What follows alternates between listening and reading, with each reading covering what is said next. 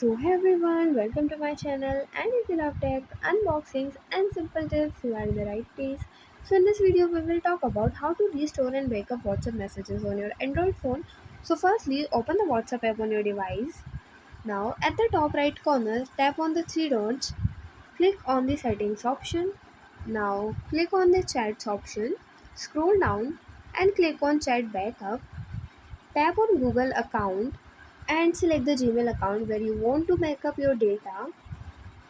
After that, tap on automatic backups and choose as per your requirement. Here I am choosing daily option, and after this, if you need it, enable the include videos backup using cellular toggles also. And after enabling, click on the backup.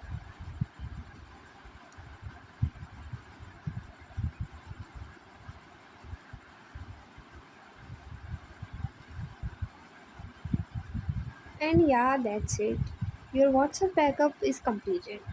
And if you find the information given in the video helpful, please like the video, subscribe to the channel and press the bell icon for more updates. Thank you.